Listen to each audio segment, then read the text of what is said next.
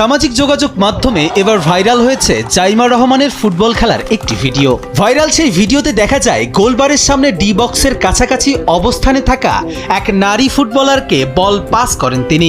এরপর চমৎকার দক্ষতায় বল নিয়ন্ত্রণ করে আবারও পাস আদান প্রদানের মাধ্যমে সামনে এগিয়ে যান। এক পর্যায়ে গোলরক্ষককে ফাঁকি দিয়ে জোরালো শটে বল জালে জড়ান জাইমা রহমান। তার নিখুঁত বল নিয়ন্ত্রণ, দ্রুত সিদ্ধান্ত নেওয়ার সক্ষমতা ও দৃষ্টিনন্দন গোল দেখে মুগ্ধ হয়েছেন নেটিজেনরা। সামাজিক যোগাযোগ মাধ্যমে অনেকেই তার খেলোয়াড় সুলভ মনোভাব ও ফুটবল দক্ষতার প্রশংসা করছেন।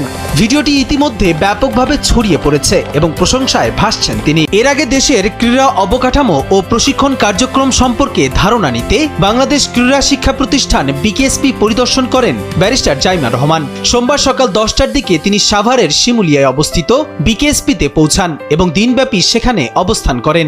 এ সময় তিনি প্রতিষ্ঠানটির বিভিন্ন ভেন্যু ঘুরে দেখেন, প্রশিক্ষণ কার্যক্রম সম্পর্কে খোঁজ খবর নেন এবং ক্রীড়াবিদদের বিভিন্ন প্রদর্শনী উপভোগ করেন।